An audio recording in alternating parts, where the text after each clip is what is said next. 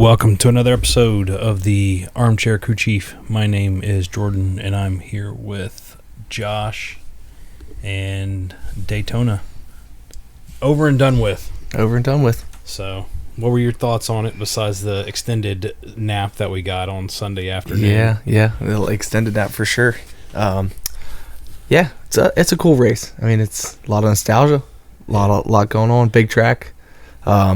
I would say my initial reaction on Monday to the race was, I guess, more hopeful than what I am today after kind of listening to some other people's feedback and kind of seeing some different opinions on stuff. I can kind of see some more of what has been going on. But initially, I mean, I like racing, so I just like seeing any of it. But listening to a little bit of Denny's podcast, listening to some different points of view, it kind of like puts in perspective, like what's been going on behind the scenes, what are they making the sport into, and the difference between old school racing and new school racing. So right. Yeah, my favorite quotes I have to say from the weekend were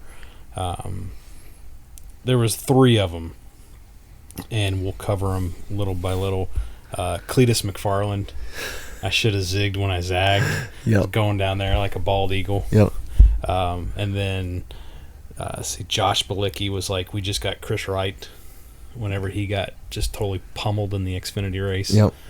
And then Kyle Busch, well, the fastest car out on the track decided to want to be the fastest car to the wreck or something like that. Yeah. That was pretty funny. That was nuts. That was funny. It was interesting. I mean, he was PO'd, rightfully so. But, started the weekend off with the duels we kind of touched over on last. Jimmy and Martin Truex got in on speed. Allgaier and LaJoie got in on the dual finishes. And then Castro Neves, man, that poor guy, he had a hard weekend. Yeah.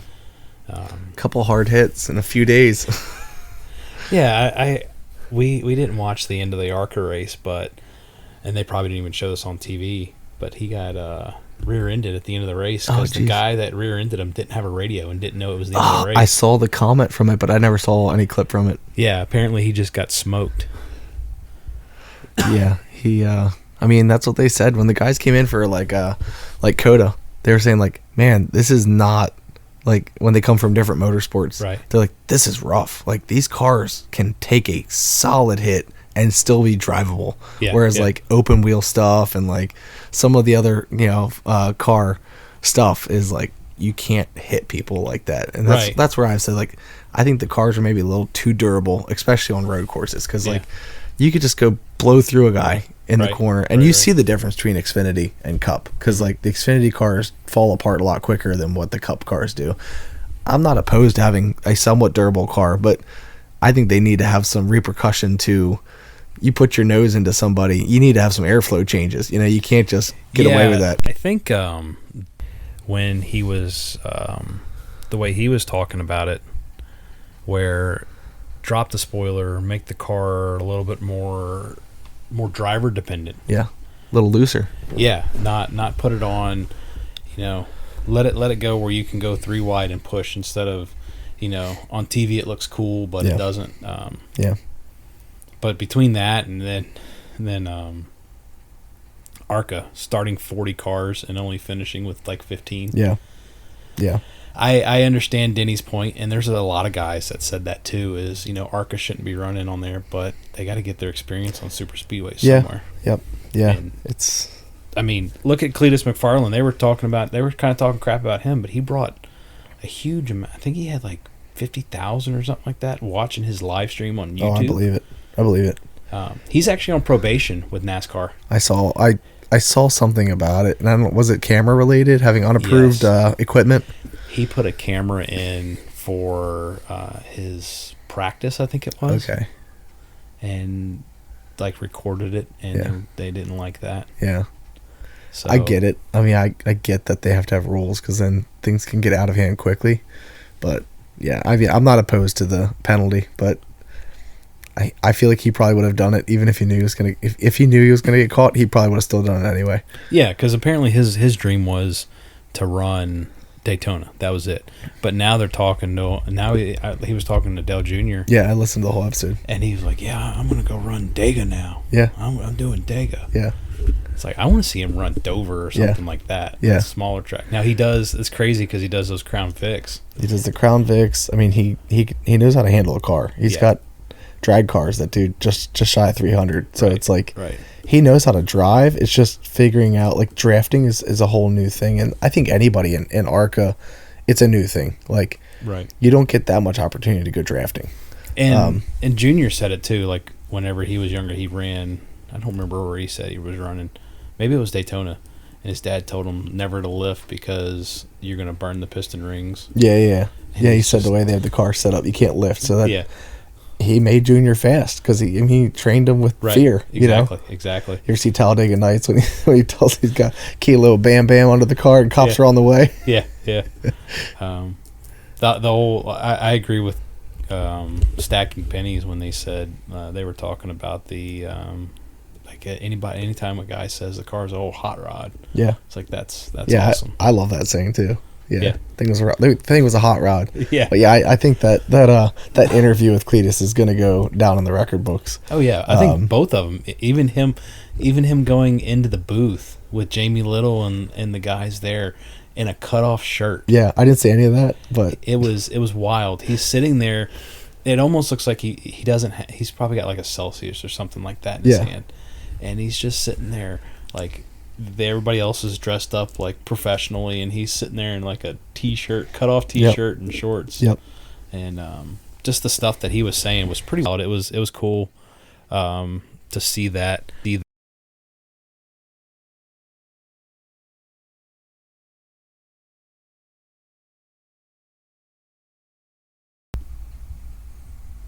So, yeah, I think he was good for the sport to see him run around and do what he's doing.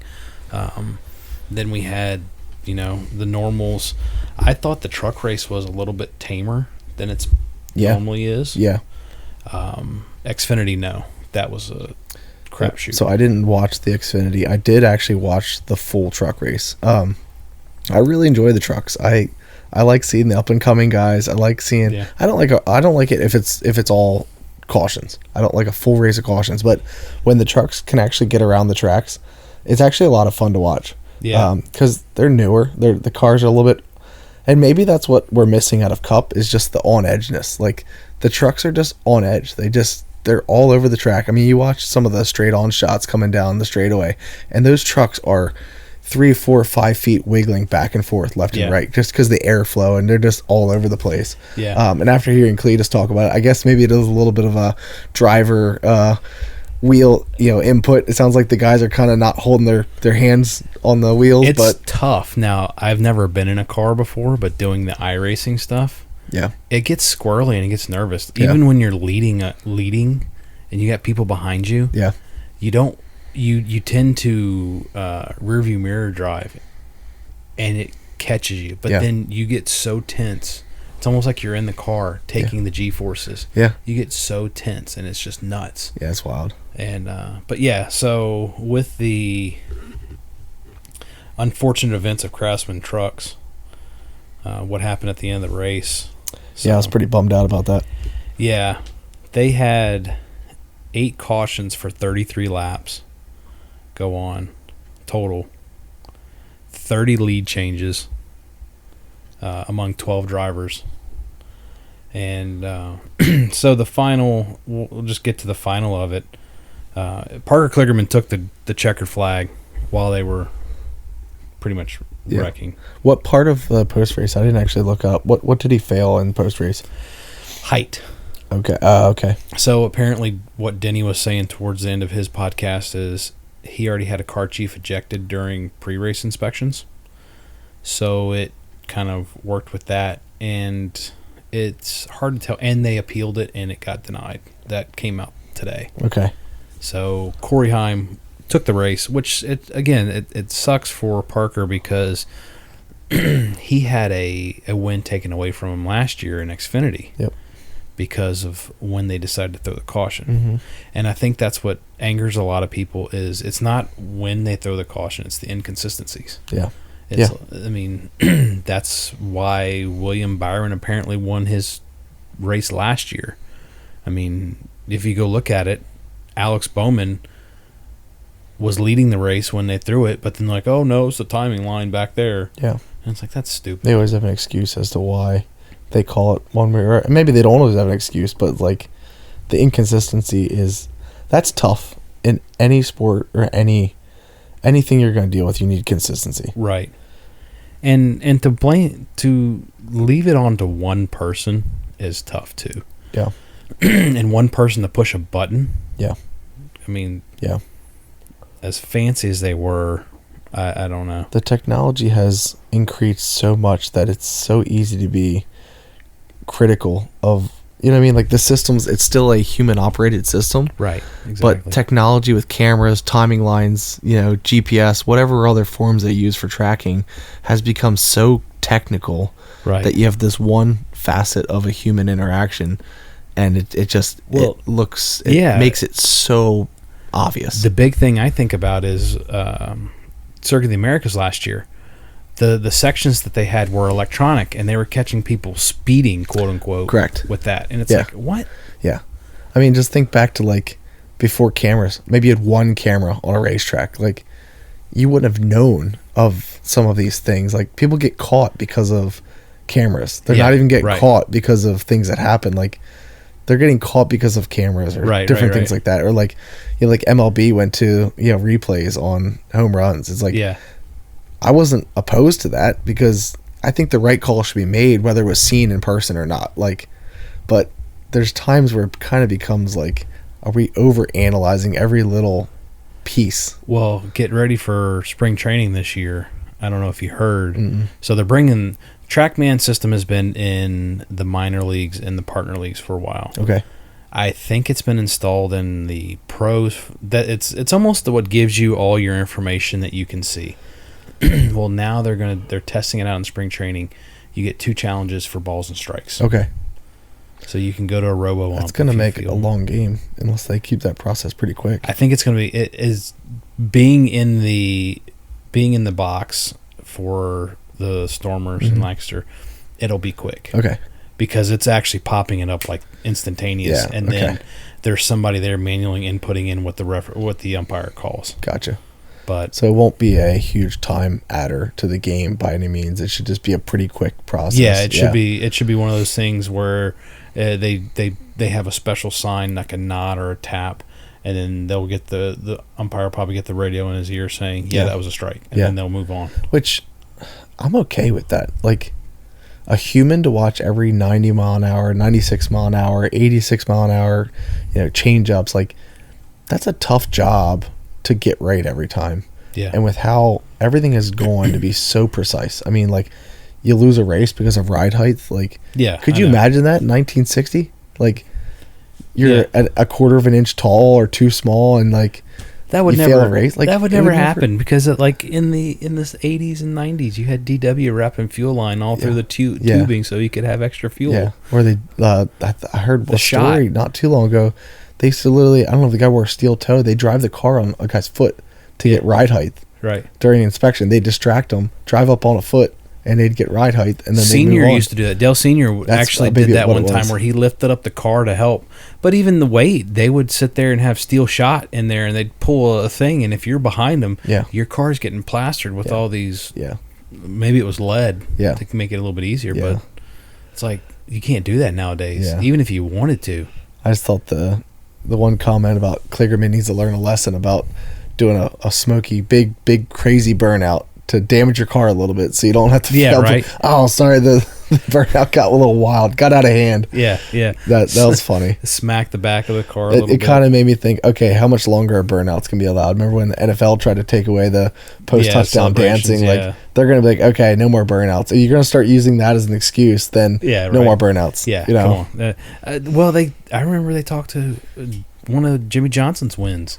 He backed into a car on purpose on pit road at the end of the race to help mess it up more. Yeah. So they couldn't. I mean, who knows if they were actually doing anything? But can't do that. So. Can't do that. Then we get to the Xfinity race. Do we have more on? Trucks weren't. It was fun. It was crazy. The Xfinity was annoying because you had Austin Hill kept going out there, and he had a bearing issue. They kept saying he had grease or something all over his wheel. I mean, and he was spitting stuff out on the track, and they still allowed him to keep racing. And they finally retired it. The biggest issue that I saw, and the announcers gave it the benefit of the doubt, and it took out Josh Bilicki and it took out Ryan Truex. Truex had a pretty strong car. He was coming in for the pits. Well, apparently he didn't hit his brakes, or he hit them too late. Or like Junior said, maybe he never even tapped his brakes during the race, so he just didn't have any heat in them. Yeah. I think it was he failed to touch him because he blamed it on a spotter. Oh, my spotter didn't tell me when to hit the brakes. Yeah. And he clipped, and they didn't even talk about it. He clipped Ryan Truex, and he just smoked Bilicki in the back. I mean, it was a hard hit. And that's where that we got Chris Wright it came from. Yeah. I unfortunately didn't get to watch the Xfinity race. I had started it. I saw the first couple laps, but that's about it. I usually enjoy the truck and Xfinity races, depending on the track. But I do really enjoy those two. I don't ever really seem to find time to watch ARCA. That one's hard because it's not always on TV. Yeah. And it's getting better. If it's like a night race, it's always on like Thursday, so it's always like I'm not really thinking about racing it. Usually Friday hits and I'm like, all right, let's go. Right. Here comes the weekend. But I usually miss out on ARCA. I don't really watch it. I usually just catch super highlights, high level highlights. But that's about it. Yeah. NASCAR First Alert posted on Facebook, no brake failure per Chris Wright. He chalks it up to a quote miscommunication with his spotter. Yeah, and it's like, come on, what are you doing, man? What the heck? But going into that race, Jesse Love won that. That was crazy at the end and how everything was going. The 88 wrecked to cause the final to end the race, pretty much. This one had eight cautions again. It felt like a lot more. For 39 laps. You had it, even Allgaier got into a couple incidences, and it sucked. Just to see, you had a lot of fast cars get collected in some stuff, and it was bad. 24 lead changes among 11 drivers. The incident on the front stretch, the last one collected 39, 42, 91, 7, 27, 32, 70, and 11. That was one of them. So it was wild to see how everything happened. But so you had Jesse Love win that one, Sam Mayer come behind him, and then Sheldon Creed. At least he didn't get second. Yeah, right. Didn't get second. I don't know if that poor guy's ever going to win a race. I don't know if it's mental now because he's been driven for every manufacturer. Yeah. He's had now. RCR, he might have not had the good equipment because he was fighting Austin Hill and they didn't see eye to eye. But Gibbs is going to put you in a good equipment. He may, favor more equipment to somebody else. Yeah. But he's going to put you in some good stuff. Yeah. So, and then he was didn't he run for Junior for a little bit too? I think. Maybe not. Maybe I'm thinking something different. I know Brandon Jones went back to Toyota because he couldn't do anything with Junior Motorsports last year. Yeah. So, I don't know if he's going to. I think when he ever breaks that winless in that second place, he's going to be rattling off 3 or 4 wins. Yeah. It's just he's got to get over that hump, and he hasn't been able to do it yet. Maybe it's that sponsor he's got. I don't remember what they are. Yeah. The Friends of Jacqueline Ford. He's got that on every car, and every car he has that. It's a wild paint scheme. It's bright, but I don't know. Looking at everything, it just sucks to see how every single race this weekend ended with a caution. Yeah.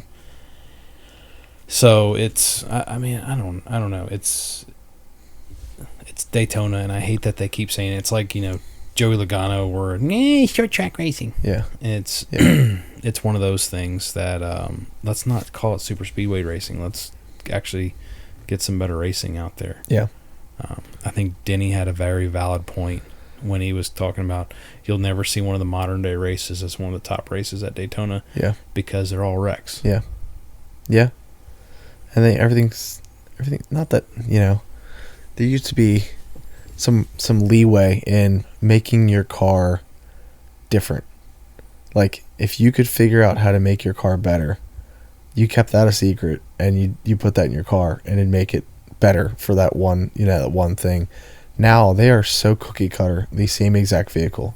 The only thing you can do is suspension adjustments and like little things like that for in terms of do you want handling, do you want right.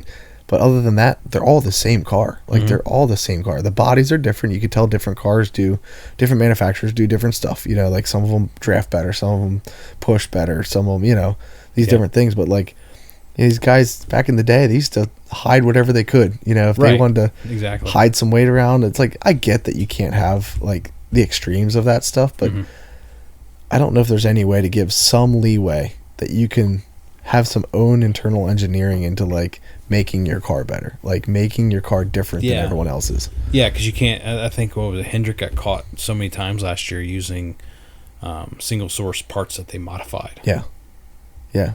So it's honestly, my gut goes to like give them so much horsepower that you have to literally feather the pedal to be able to get traction. Like a lot of people are that way. If you're just able to essentially more or less mash it once you get rolling, like I know they're more powerful than that, but like give them so much power that they can lose control if they're improperly driven. Like that's going to help a lot in terms of separating the men from the boys. You know? And this is a rather unfortunate comment, but I kind of see where this goes. Somebody I was talking to said it's going to take, or the fear is away from people. We need to get back to the point of somebody's almost going to die. Yeah. In here. And not talking about like Ryan Preece, because that dude's got some unlucky, whatever you want to call it. He needs to clean out that closet or something. Yeah. Because he took off in the cup race. It's almost like you were just waiting for him to push the button and the wings come out of the car and he was just going to start flying around. Did you see his post after? Yes, the NASA suit. The NASA suit. So there's a guy that we look at on, I think he's on TikTok. I think he's on other places too. He does paint scheme reviews. Okay. And he says, people started calling him Rocket Man. It's like, there's already a Rocket Man. No, I'm going to call him Apollo 60. Apollo 60. So poor guy. It's funny because he did it to himself. Yeah. And he's rolling with it now. And apparently he's had a lot of talks with NASCAR about changes for flipping and spinning and stuff like that. Yeah. So, I mean, I don't know. It's one of those things. We'll see how it goes. Going into the Cup Series race, the Daytona 500, a big buzz that came out, especially during the duels, was Joe Gibbs racing with their iPads. They have iPads that they, the crew person goes out, pushes it, taps it so it starts to count down. Whenever the fuel man puts it in, it turns green, they go. I mean, Corey was talking about it on his thing. Yeah, like, why don't they just count it? Why don't we have radios? Why do we need extra equipment? It's like next thing you know, one of the iPads are going to be flying down the pit road. Yeah. And causing a caution. Yeah, I don't know what's wrong with the radio. People just trying to get every little tenth of a second out of a pit stop. Right. I guess. Yeah, but I don't know. I mean, you just put the person there and have them wave his hand. Or what happened to the old school now I know this probably wasn't so much NASCAR, but like Formula One and them, they had the signs that had stop, and they stopped it at that sign, and then they would flip it to go, and then they went. Like that's like the iPad. Why not do that? Yeah. So that was one of the big things out there. It'd be interesting to see what the next couple of years brings for pit stops, because they keep getting faster. They keep getting faster and faster and faster. It's like every year they seem to set a new record on fastest pit stop, and averages are insanely fast as well. Mm-hmm. So they keep developing, they keep putting time in. It's in a growth phase right now. The pit crew members are really putting in some work. Yeah, it's what, sub 10 now since they went to a single lug. Yeah. Which is nuts because you have a single lug, but you increased your fuel cell. Yeah. So it like you got to feather that now too.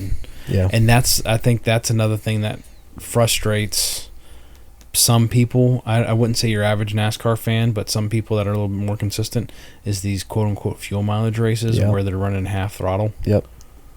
And so that I think that was one of the big things that people complain about is just, I don't want a fuel mileage race. Yeah. I don't like the whole 2x2 and you're barely moving around because I don't, like Denny says, you're not really changing positions so much. I mean, you do have some position changes, but you're not doing it. Or you'll have somebody like Joey Logano, and, you know, he goes in there and he's trying to force his way in with 10, 15 laps left, something like that. And Stenhouse is trying to block him but come up and then drops down a little bit more to block him, and the next thing you know, Joey's like, forget this guy, I'm going to try and put it in if he opens it up, and he did, and caught everybody. Yeah. I'm definitely not a fan of fuel mileage racing. It's not the sport to be. And I think somebody made a comment, it might have been Dale Jr., he said, like, could you imagine walking through the crowd and telling everyone that they're running at 56% throttle right now? Like, what's the fun in that? Like, you can't hide it when people are watching at home because I know, 'cause they tell you. They tell you. You can see the schematics. Another plus, and I don't know, I don't know if it's going to keep going on with Amazon, TNT, and so on. But if you log into Max, you can find whatever driver you want. And I think Corey was talking about that. He's like, they have all these in-car cameras. You can't hide anything anymore. No. Yeah. Even have foot pedal cameras. Right, yeah. Priest with the foot pedal camera. That used to be only reserved for road courses. Yeah. To watch the footwork. Mm-hmm. Yeah. Now you got them on super Daytona? speedways. Yeah, right? Come on. Why do you need to see the guy? Now, Priest partially proved this comment wrong, but he's sitting there feathering the brake a little bit here and there and kept his foot down. But I think it was like Harvick saying, I would change the way that pedal was because you're going to get tired of that. Well, maybe he likes it like that. Yeah. But, I mean, it's all personal preference. Right, exactly. Yeah. The wrecks there, though, were wild. It was Cole Custer's wreck. His wreck that he just turned left on people. I don't think that spotter has a job anymore. Yeah. So apparently his spotter was calling him clear. He wrecks, and then the spotter turns around like, oh, I'm sorry, I was following the 24. He was spotting for the 24 with Custer's radio as a Haas factory team. It's like, you need to get a better paint scheme or something. Yeah. Do something. Little flag. This is me. Yeah. I remember hearing that last year talking about, like, I understand that, like, sponsors want certain stuff and paint schemes, but they're like, in night racing, like, we can't see our car. Mm-hmm. Like, it's not like we're watching these drones. Like, we're half a mile away. It's like, right, we can't tell which car is ours. Like, it's hard to tell. Mm-hmm. It's like, I like the bright. That's they were joking about how Blaney's always easy to find. This Menards lime colored car. It's like, he's an easy one to follow. Jimmy always had the fluorescent numbers on the top on the roof. Yep. Something like that. I mean, the gold foil now. All those different kind of things would make it interesting and hopefully would help. The Christopher Bell wreck, that's the one. This is the same one with Custer. That caused Apollo 60, where Priest got airborne, rolled it a little bit, and landed. He said that was a harder hit than his flipping that he did. Yeah. Was it last year or the year before? Right. At Daytona 2. Yeah. He said it wasn't the airborne part, it was the hit. Yeah. I guess it was the back of the car. Yeah. It was the landing on it. Okay. The landing on solid instead of just hitting it and rolling. Yeah. It was the smack down on it where it got him. Because he also did catch a little bit of another car when he was flipping, I think, on that first wreck that he had. And I kind of alluded to that a little bit last week about how transitions and they're not made for any vertical down, like anything down, like hitting like that, like they're not made for that. There's zero suspension, so it's like landing on solid arms pretty much. Like there's just till they hit that underbody, it's just they got those stops under there. I mean, like the top will crush a little bit, the body and the sides will, but that bottom is rigid and it will not budge. Well, I think it's funny too that they took the grass out in the backstretch because of that. And on the backstretch, what happens? Ryan Preece still gets airborne. Yep. And it's I'm sure it helps. I'm sure not having grass. Yeah. But you see the black lines from I saw it in like the truck race mainly, but like all the lines that were just coming right off of the corner, down in through, they all matched each other, like same exact spot. Yeah, right. And so I don't think you're ever going to get it away. I don't know how to make it better. Yeah. I don't think undoing the underbody of the car is going to change anything because these cars were getting airborne. Yeah. And that Gen 6 car, and even older than that. Yeah. So that's going to be tough. Kyle Busch was very upset. This whole thing, it's like somebody stuck something up his butt and lit it, because he was upset with Logano for causing that wreck. Then apparently he was on 4 flats. He wanted to push back to the garage. Well, they instituted the new jack system in these cars, so NASCAR can just go up to the car and hook it up and then inflate it up so they can get it going. And according to Kyle Busch, NASCAR came with an empty air bottle, and couldn't lift this car up, so they towed him. Now they're down 2 laps. They went to the garage, and they weren't told, or they didn't understand that if you leave the garage, you can't come back unless you meet minimum speed. So they left the garage to go out. It was still under caution. They said, oh, well, if you need a few more things to fix, so we're going to go back to the garage. And they said, if you go back to the garage, you got to park it. Yeah. And so that ticked him off, because he's like, oh, we're supposed to have 3 chances to meet minimum speed. And I think it's like work on it in the pits, work on it in the garage, and then go out type thing. Yeah. Not you can't go to the garage twice. Right. Yeah. From my understanding, I could be wrong on that. Then again, it's like this has been coming down the line. Like, how do they not know the rules? Like, how do they not know? If you have a question, you bring it up. Right. Well, I have the same feeling when it comes to these NASCAR personnels, and I mean, Steps is out of Florida. I think they're out of Daytona, and they travel with NASCAR for hauling. Yep. How come they don't know the rules, or how come they're not listening to the drivers about, I want to push, not hook me up and tow me? Yeah.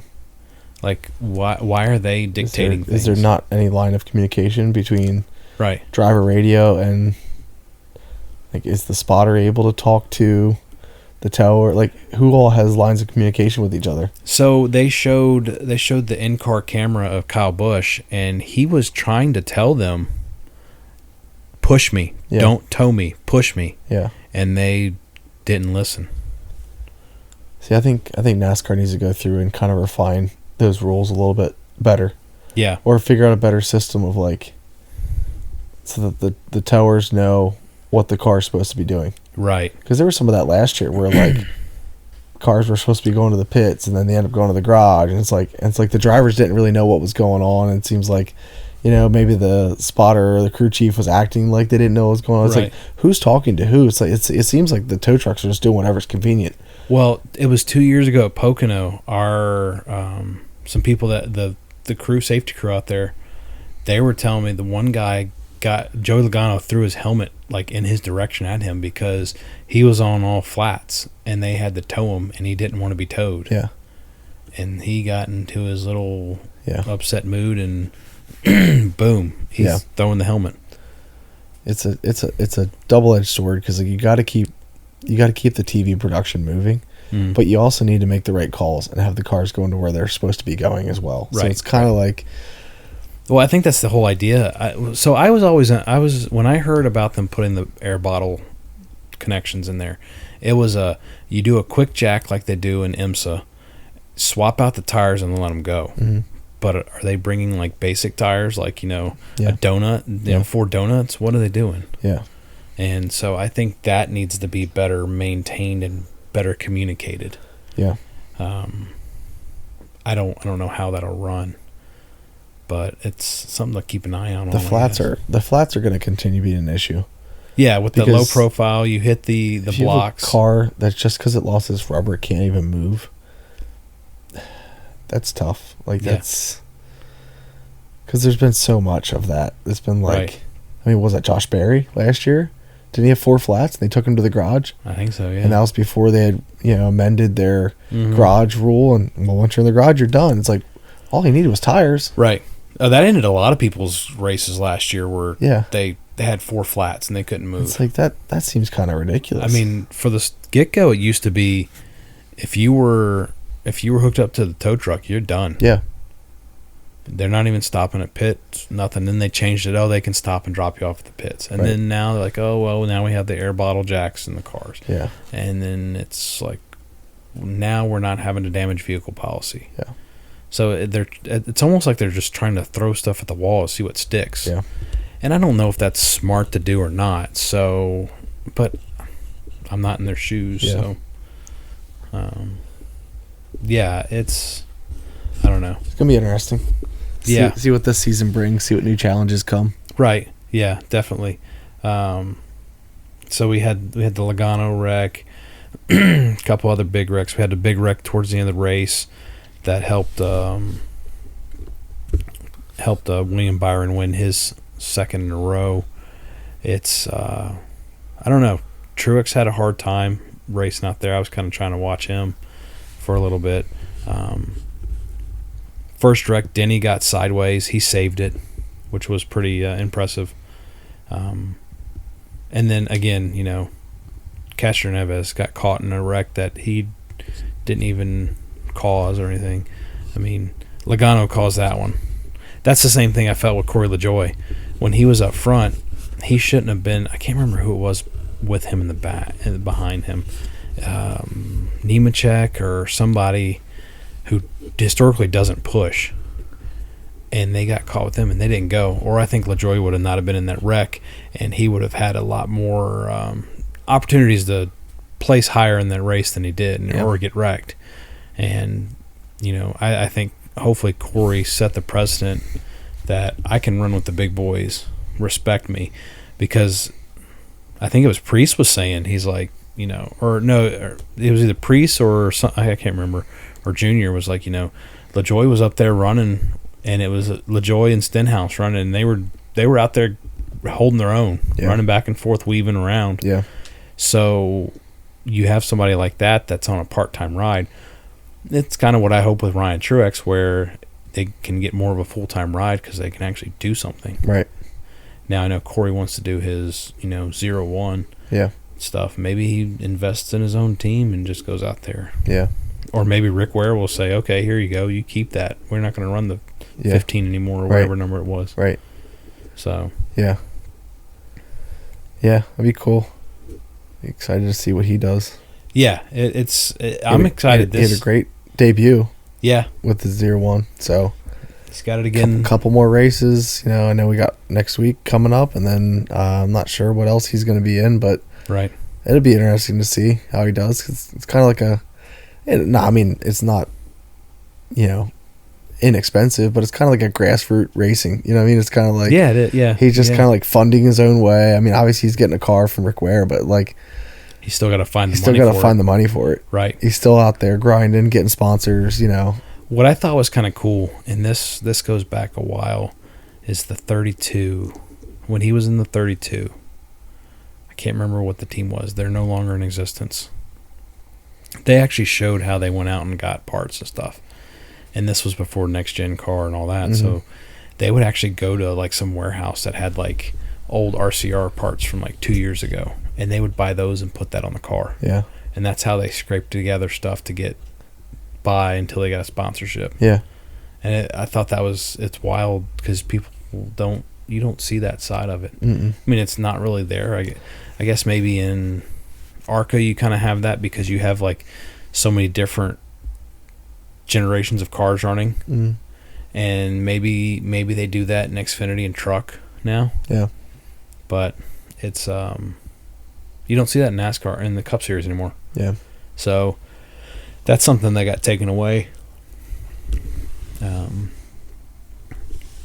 Biggest show up at the race. 45, 47 showed up. Yep. And that was kind of cool to see him going around. They compared his limo to the weight of a NASCAR car. And like the Cup car is like 3,500 pounds. Yeah, I think yeah. And the Beast is 20,000 pounds. Yeah. Yep. I wanted to see that thing run on the banking, and they're like, "Yeah, we're not going to do that." Yeah, it sounded like he wanted to. Yeah, Secret Service poo-pooed that idea. Yeah, I understand that. I mean, you don't want to be wrecking the president, his granddaughter, and the Beast on Daytona because of you wanting to do something fun. And that's not really like something they really want to go and test for either. Like, oh, let's go test the Beast on Daytona. Like, they have no clue what it's going to do on the wall. I mean, yeah, I understand why they did it, but the way Trump made it seem was like, apparently we're going to be going very fast. It's like, okay, I'm excited for this. And then I was like, okay. He just did 3 or 4 laps on the bottom of the track. Now they were doing a little bit more than pit road speed because they said we're going to pit road speed. Yeah. So. Yeah. What is pit road, 55 there? No, I think it's 75. Okay. I don't think it's 55. I think it's actually more than that. I'll look it up right now. Yeah. But no, it was cool. It was definitely cool. I liked all the extra plane time because the president was there. They had several flyovers, and I don't remember that to be normal for Daytona. They have a show. They have a Thunderbird show. Okay. That happens race day during the race. Okay. So you're getting in your seats. They haven't done the national anthem, anything like that, and they're having a show, and they fly by. Yeah. And it is the wildest air show. Like, you go to your local airfield and watch an air show, it puts to shame. Yeah. Like, these dudes buzz by you, and like you literally like mess your pants type thing. Yeah. Like, was it 2 years ago when we went, you knew the plane was coming, and you're just like, which way is it coming? Which way is it coming? And it just flies over you, and you still get scared to crap because it's like. Well, I guess I didn't really hear how, but LaJoie did a ride along. Yes. That'd be really, really cool. I mean, that's an awesome opportunity. Yes. Yeah, I thought that was kind of cool. He had that, he said the special treat at the end, and they buzzed the track at 200 feet. Like, yeah. That's crazy. Okay, so here we go. Daytona is 55. Caution is 70. Okay. So they're running it at 70 miles an hour for caution. This was 23. I doubt it's changed. Yeah. The only one that would have changed would have been Atlanta, which I think it's higher now since they moved the entrance further back. Right. I think that one you run a little bit more, and then it goes into regular pit road speed. But yeah, mostly everything is 40 or 35 with your Daytona at 55. Fontana was 55 too. That was interesting. Yeah. Pocono's 55. Michigan's 55. Martinsville's 30. What is Bristol? Bristol was 30. So yeah, it is interesting to see the different pit road speeds. Yeah. And how they go. Yeah. So, yeah, it was definitely cool seeing a sitting president there, but I was hoping for a little bit more wheeling action on the track. It just, just like caution laps, it just seems like it's a long way around. I mean, it's a couple minute lap, and it's 2.5 miles. I don't know how many laps he did total. Looked like 3 maybe, 2 or 3. Yeah. But it was just kind of like, okay, it was cool at first, but it's like, here I go. Yeah. That and I thought the idea of the radio connection was cool. How he could talk to them while he was riding around the track. Mm-hmm. But I just didn't really think his pre-race interviews were great. Just hearing what he had to say. But I just thought that his actual content to talk to the racers was kind of bland. It was just kind of like, yeah, you guys are respect what you do, be safe, have fun. It's just kind of like, I mean, I don't know what else you say there, but it just it seemed like there was a lot of hype over, hey, he's gonna be talking to the whole field on the radios, and it was like, go have fun. I was like, okay, like, yeah, whatever. Like, hey, this is the president here. I need you to go around screaming like a bald eagle. Yeah.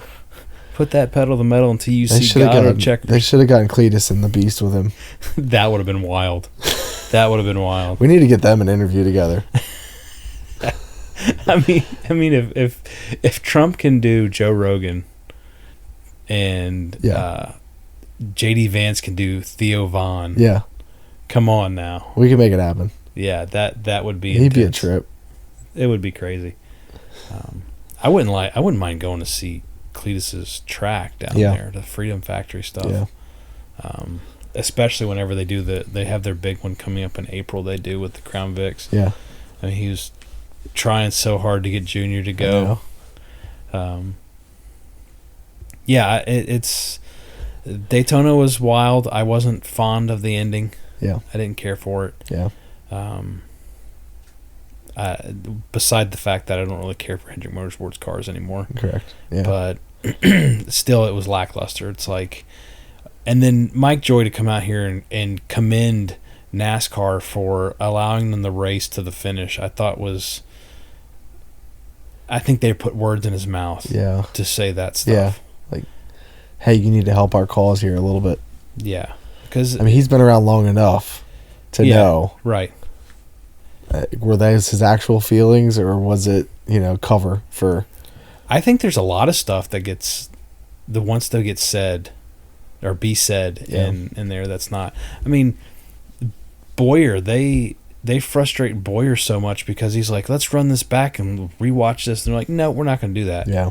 But then they'll go and they'll put these stupid things on, and no disrespect to the crew chief and the crew people, but that shouldn't be the main screen on a race. Yeah. Put that as a secondary screen. Yeah. I don't care about these little, preseason interviews with, Kyle Busch or, whoever, and you're going to put that as your main content while the race is going on. No, we tune in to watch the race, not to sit there and watch you mess around and talk to people. I'm definitely excited to see some other TV providers do the races. Just to see some change up, see some different people do it. I'm curious to see I haven't tuned into any of the Amazon stuff, but I'm curious to see LaJoie on Amazon stuff, and we gotta try and get him on the podcast because he's gonna be Amazon's running Pocono. Okay. I don't know how we do it. I don't know if I got the nerves to talk to him. I think it would be cool just to sit there. So cool. Sit there in like a camper, or even sit right outside of it and just talk. You'd probably have to do it in the camper because there'd be too many people that'd be like, "Oh, look, there's a race car driver." Yeah. That would be cool. Or even in the pits, like that one time I interviewed Ricky Stenhouse's spotter. He would be a good one to get back on. Yeah. Anytime if we could get him. It was cool because he met me outside the garage area. We went close to the medical center and ducked into the trees, the bushes, shrubs that they have there, and just stood there and talked. Yeah. And that was pretty wild. Yeah. And then just to see him, the interaction that they have, they're on different teams, but they're all friends at the racetrack. Yeah. That was kind of cool because they were talking to, I think it was Bowman's, one of the guys on Bowman's car, and they're like, "Oh, you guys need to save some of that speed for us." Yeah. And they're just cutting up somebody at work. It's a big family. Yeah, exactly. Yeah. And so that would be cool to do, to move on from there, and hopefully get to. I want to get to more races.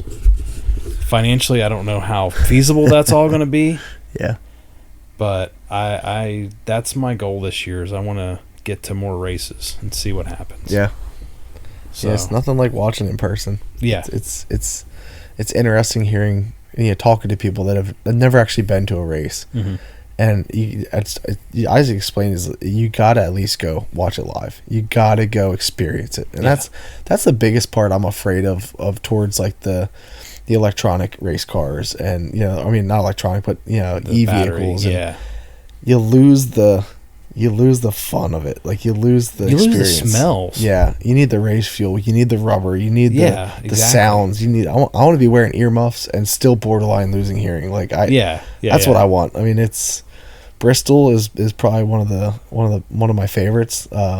Because you can go to a night race and you don't have to burn up in the sun all day. Yeah. And B, it's just, you're just packed in there. It's the Coliseum. I mean, it's just a battle zone in there. I think the seats that we had at Martinsville were pretty wild too. Yeah. Feeling them downshifting out of the exhaust pipes was wild. Yeah.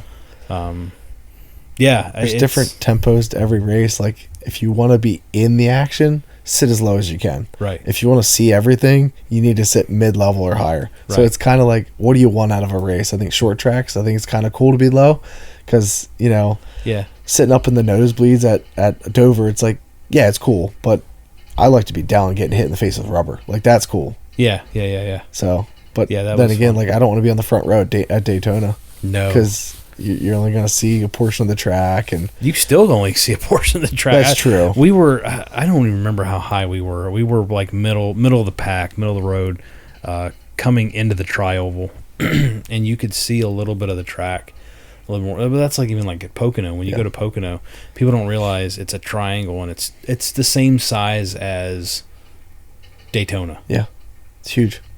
And you can see them come down the front stretch. You see them come down Long Pond straightaway. You lose them halfway down there. And it's, I mean, another good example of that, you talk about short tracks, even Dover, because they have all the haulers in the middle of it. Yeah. You lose the backstretch. Yeah. And that's only a mile. So. Yeah, there's different experiences, but if you haven't been, you got to go in person. You got to go at least once. Yeah, definitely, for sure. It's one of those that even if you want to talk crap on the sport, go out and watch it in person first. Go party it up. Go watch the race. Enjoy it. There's a reason why Jeff Dunham had his one guy, Bubba J, say drinking beer and watching NASCAR. Yeah. I mean, it's perfect. It goes hand in hand. Yep. That and freedom. So to finish it up, one of the big things that got hit that I noticed, that I saw, Joe Gibbs Racing is starting big time with the 19 car. Briscoe has been penalized for modifications to the spoiler. I don't even know what do you do to the spoiler to do that.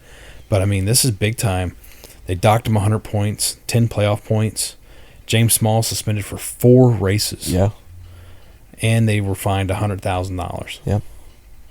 I mean, what in the world were you guys thinking? Or is it something that maybe somebody fell and messed up something? Yeah. I mean, that's nuts to see that.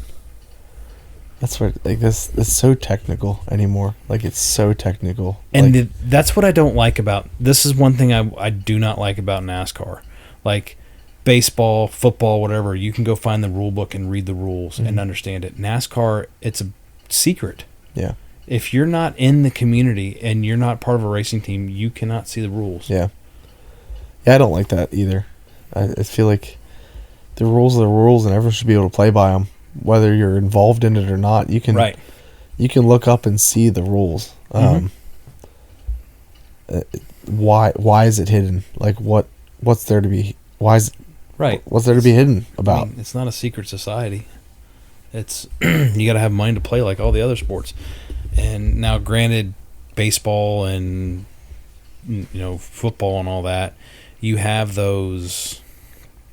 The rules don't change too much whenever you start going to lower levels, like a peewee and all that, where your quote unquote peewee racing is going to be either like Legends cars, things like that. So different cars, but still, it's.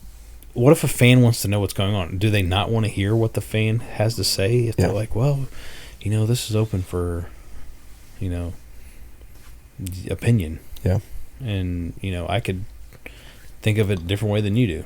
Who knows? I don't know. I don't like it. But yeah, so anyway, that is Daytona. Yeah. We're done with Daytona. Yep. Moving on to Atlanta.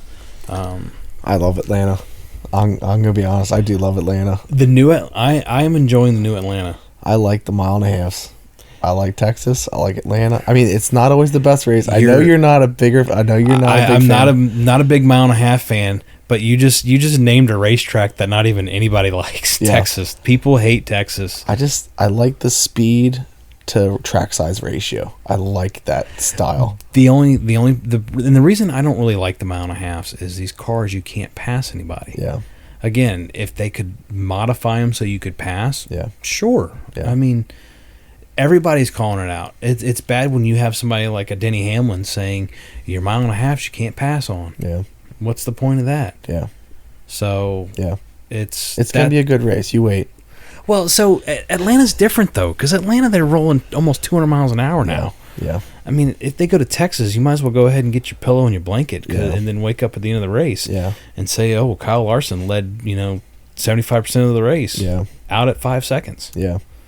So that's Atlanta's a different beast now since they repaved it. Yeah. Do they do that to these other tracks? Probably not. Yeah. What do you do to Texas to make it better? Put a monster truck on there too, so they got to get a Miss Fritter like in Cars 3. That's right. So big sponsor changes coming too. I can't remember who Corey's got, but you have Arby's coming to the 51. You have it was Xfinity's coming back to 2311. Reddick's going to have Xfinity Mobile on his car. That's not one of the big sponsors that got picked up that I was thinking of. Aaron's is coming back. Aaron's hasn't been on a car, I think, since... Well, Carl Edwards had Aaron's? Or Michael Waltrip Racing was the last group of people that I noticed had Aaron's. Okay. Yeah. So that is a long time ago. I mean, let's bring back the Lucky Dog, too. Let's just start calling it the Aaron's Lucky Dog. There it is. So, yeah, I'm looking forward to it. I don't know what to expect. Yeah. I don't know who would win that. I mean, last year's race was wild between the first race where you had that 3 wide. And if you don't know about it, Fox has been playing the crap out of that little documentary that they had about it. I mean, they don't have anything good to put on. Oh, we're going to put that documentary on. It's like, good grief, guys. Have you done anything with like Tubi? I'm not real familiar with it, but I did jump on the other day just to kind of see what they had, and I watched a little bit. They have their own channel. It's a NASCAR channel. They just got stuff on all the time. Yeah. So. We watched it. I watched a little tiny bit when I was setting up Tubi for the Super Bowl, because we had our second TV on Tubi, just to not defeat anything. Yeah. And I don't know if I could catch into it or not. I like now somebody like Nathan, who's 11 years old and not really allowed to watch too much anything. He goes back and watches historic NASCAR races. Yeah. So this kid will probably be in heaven with Tubi. Yeah. So it might have its place. I think so. The weekend. Let's look at the weekend schedule here. I do, thinking about that. CW was their first official race last week of Xfinity on their own. I think they did a good job. I think they did a good job with the way they had their scoring bug at the bottom. It caught people's eyes because for the top 10, they would actually put a little picture of the car, so you could look and see what the car looked like. Okay. That was up there. Yeah. They would roll that through every so often. I think they put 20. You could put 20 there instead of, I don't know how much the Fox one does. I feel like they scrolled quicker they scrolled more frequently in the CW one. So I think there's room to show people what to do and how you can do it better. Fox just kind of, I don't like that pylon anymore. Yeah. I mean, even NBC's partially gotten away from that. Yeah. So I'd love to see some some new ideas on broadcasting. I mean, everyone has these ginormous TVs anymore. Like, have you ever seen like a security system that you have say you have 8 cameras Well, one of them is your dominant, and it's larger, and then you have a bunch of other thumbnails of smaller ones around. Like you can still see everything that's going on and have one priority. Right. Like, could they do a broadcast where like the lead or the toughest battle gets the biggest section, but then you have all these other like quality racing battles? Because it's like that's one thing you miss on an NBC broadcast versus going to watch it in person. If you want to watch a particular battle or particular racer, like a lot of times they don't pick up on, NBC especially doesn't pick up on all those individual battles for, you know, this person's trying to do this, so they're fighting for 16th place. Like, they don't pick up on that. They watch the first 5 cars, that's about whoever their favorites are, and then they watch that, and it's like you miss a lot. And that's where the NASCAR app comes in, because you can follow a little closer if you watch like in cars and stuff from. That's the beauty of Max now. Okay. Max has one, and I didn't watch it long enough to see if they cycled it, but they put 4 in-car drivers at the same time. Nice. And you could watch all of them. Yeah. And if you, I don't know if you clicked one or not, but like for instance, we were watching Truex. We were going between Truex, LaJoie, Blaney, and I think somebody else. And so you had the information of what the car was doing in the top, where it was on the track, all that stuff. Then you had the pylon on the side giving you all the information, just like, and that one was rolling quicker than Fox's. And then you had the in-car radio, and so you could have that sit there going on your iPad with Fox broadcast on the TV. Yeah. Now, if Max could integrate that, like with what you're saying, I think that would be. I mean, if a NASCAR fan doesn't have it already, that would be a big thing that you could get more subscribers. Yeah. I'm just excited to see some new people in the game, to see some new ideas, see some stuff. It'll be interesting to see what Amazon can do with it. I mean, TNT had NASCAR before when it was TNN. TNN, I think, used to be Turner. Even though I think they were called the Nashville Network, but I think that was a Turner Broadcasting. So Turner's had NASCAR before, but to see a streaming service come in, especially because you see all these other sports going to streaming. Yeah. I mean, you're going to get some people upset, just like Thursday Night Football with the NFL. You can't watch it. Yep. So I used to follow motocross, or supercross, I'll say, and it went Peacock, and I kind of fell off because I really didn't want to buy anything else to watch one race a week.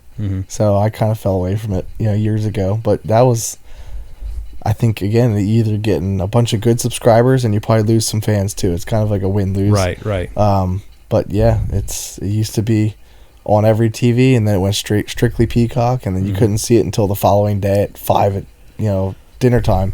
And it was kind of like, it kind of lost its. Yeah. You couldn't get online because then you'd see everything that happened, even though you couldn't watch the race without buying the subscription. So, yeah, it's all about money. Definitely, for sure. We got to, and that's one thing we'll try to pick up around on here too, not money. Unless you want to, sponsor an episode or so, you can throw some money our way. Try to get in, see if we can get some people to actually interview on here, hopefully, going forward. Yeah. I have an idea that might be popping up soon. We're going to have our own weekly paint scheme review from somebody that's been wanting to be on camera for a while. Yeah. And it will be less language than some of these people that are on social media. Yeah. So I love it. I love the paint schemes. That's one of my favorite parts, seeing all the different paints, and it's cool. Yeah, it's a fun part of the sport. It is definitely different now than, like, say 15 years ago, whenever somebody had one paint scheme. And so it does definitely open it up. Yeah. So, but to cap things off, we're looking at, it is a Friday, Saturday, Sunday weekend. Qualifying for trucks at 3:05 on FS1 Friday. Xfinity qualifying on the CW, 5:05 Eastern. Now, I heard some mixed stuff with this, again with CW, because they're calling CW app. The Xfinity race, people were saying, was supposed to be on the CW app, and it wasn't. So we'll see if that gets mixed around. Here you go. Here's a different one for you. Cup Series qualifying on Saturday at 11:05 is on Prime instead of Peacock or anything like that. It's going to be on Prime. Yeah. And then you have the Freight 208. It's going to be on FS1 at 1:30 Eastern on Saturday. And then we roll into 5 Eastern is the Bennett Transportation and Logistics 250. So we go ride the Dente 200 or whatever it was, which, did you ever pick up on that? Did you? Because when we were talking about it last week, it kind of threw me off. So it was for Chili's. Chili's Presidente margaritas. I see. And then they crunched it down to ride the Dente. Huh. A little silly, but yeah, I guess the marketing wasn't as strong as what it could have been because I didn't really know what it was about. I didn't know what it was about until I saw a commercial. I think Jamie Little had to explain something. Okay. Or no, it wasn't Xfinity. It was Arca. Yeah. Arca was Ride the Dente. And then you had the 7 car with the Ride the Dente stuff all over it, and Justin Haley walking around with a cowboy outfit. I thought that was great. I think Castroneves was better with the apron. Wendy's apron. I loved both of their fire suits. Were amazing. Yeah. I mean, we had plenty of time for interviews in race suits because there was such a long delay. Yeah, right. Exactly. Yeah, the Castroneves, with the apron was just that is an awesome suit right there. Yeah. And then you had the then you have that. Let's finish this off real quick. 3 Eastern on Sunday is the Ambetter Health 400 Fox and Max has that. But yeah, the Castroneves stuff. Then poor old Corey LaJoie having the stomach bug while he was doing the race, and then ended up crapping his pants at the end when he got out of the car. Yep. So yeah, rough weekend for the whole family. It sounded like. Yeah, definitely, for sure. So, who's your pick for this week? We'll end it on our picks. I'll go with a hopeful pick. I want LaJoie to win. Okay. I think they're saying statistically not his best track, but he does well here. He races well here. Yeah. So I think as a driver he's got opportunity, and I mean, hopefully his car can perform like it kind of did this weekend and very competitive. So yeah, a hopeful, but I want LaJoie to take it. I think it'd be awesome.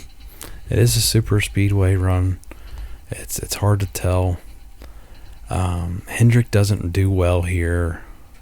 I think it's gonna be Blaney. Yeah, I think it's gonna be Penske. I don't think it'll be Cindric. Maybe Joey. Maybe.